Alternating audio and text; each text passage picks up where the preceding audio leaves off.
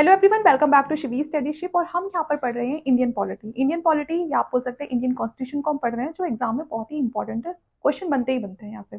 तो इसमें मैंने काफी सारे जो पार्ट्स है, जो उसके टॉपिक्स है, वो ऑलरेडी कवर कर चुके हैं। और हमारा जो आज का जो आर्टिकल या फिर हम कहें जो हम पढ़ने वाले हैं, वो है सस्पेंडेबिलिटी ऑफ फंडामेंटल राइट्स।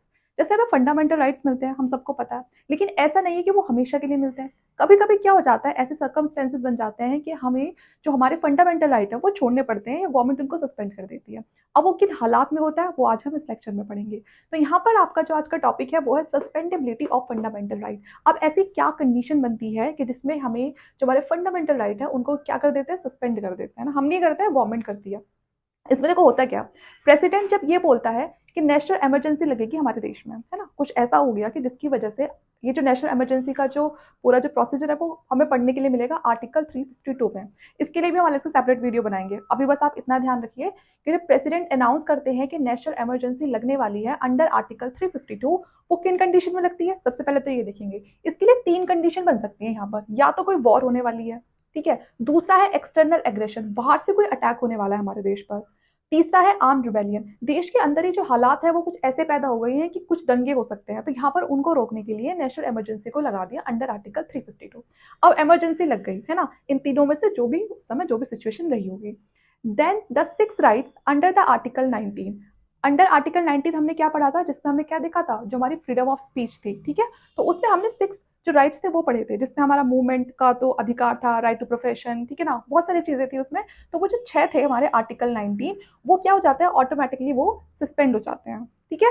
अब हमारे पास जो आर्टिकल 19 है वो नहीं रहा। अब हम ये नहीं कह सकते हमें तो घर से बाहर जाना है, या हमें कुछ काम करने के लिए बाहर जाना है, या हमें कोई अपनी एसोसिएशन फॉर्म करनी है, ठीक है, कि ये तो हमारा फंडामेंटल राइट है। आप ये सब नहीं बोलोगे, क्योंकि आपका आर्टिकल 19 जो आपको ये अधिकार देता है वो कुछ टाइम के लिए अभी सस्पेंड कर दिया गया, ठीक है।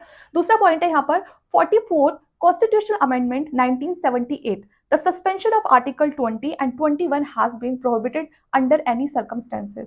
देखो यहाँ पर एक जो कॉन्स्टिट्यूशनल अमेंडमेंट है 44 1978 में जो किया गया था, उसमें क्या कहा था कि जो आपका आर्टिकल 20 है और जो आर्टिकल 21 है, वो किसी भी परिस्थिति में वो सस्पेंड नहीं होगा, वो प्रोहिबिटेड, ठीक है ना। मतलब आपका जो आर्टिकल 20 और जो 21 का जो आपके पास जो फंडामेंटल राइट है वो आपके पास रहेगा, वो किसी भी कंडीशन में आपसे छीना नहीं जा सकता। अब आर्टिकल 20 और आर्टिकल 21 क्या थे। आर्टिकल 20 ये था कि आपने कोई गुनाह किया तो पहली बात तो आपको उसकी सजा जब मिलेगी जब वो वाकई में ही अगर कानून की नजर में, है ना, लॉ के अकॉर्डिंग अगर वो सही में कोई गुनाह है, वो तभी माना जाएगा, उससे पहले नहीं माना जाएगा, है ना। दूसरा 21 में एक बात और थी, एक पॉइंट और था कि जैसे कि आपने कुछ कोई क्राइम कर दिया, उस क्राइम के लिए आपने एक बार अपनी जो पेनल्टी है वो दे चुके हैं, तो आप सेम क्राइम के लिए दोबारा कोई पेनल्टी नहीं देंगे, ठीक है। ये था 21 क्या था, इसमें ये था कि आपको अपनी लाइफ को जीने का पूरा अधिकार है, आपको राइट टू पर्सनल लिबर्टी है, राइट टू जो लाइफ है ना, और साथ में इसमें लास्ट में एक था कि राइट टू प्रिवेसी, है ना। तो ये भी आपका आर्टिकल 21 में ही इसको जोड़ दिया था। तो ये था पूरा आपका सस्पेंडेबिलिटी ऑफ फंडामेंटल राइट। इसमें मैंने आपको बता दिया है कि प्रेसिडेंट अनाउंस करते हैं नेशनल इमरजेंसी को अगर इन तीनों में से कोई भी सिचुएशन बन जाती है,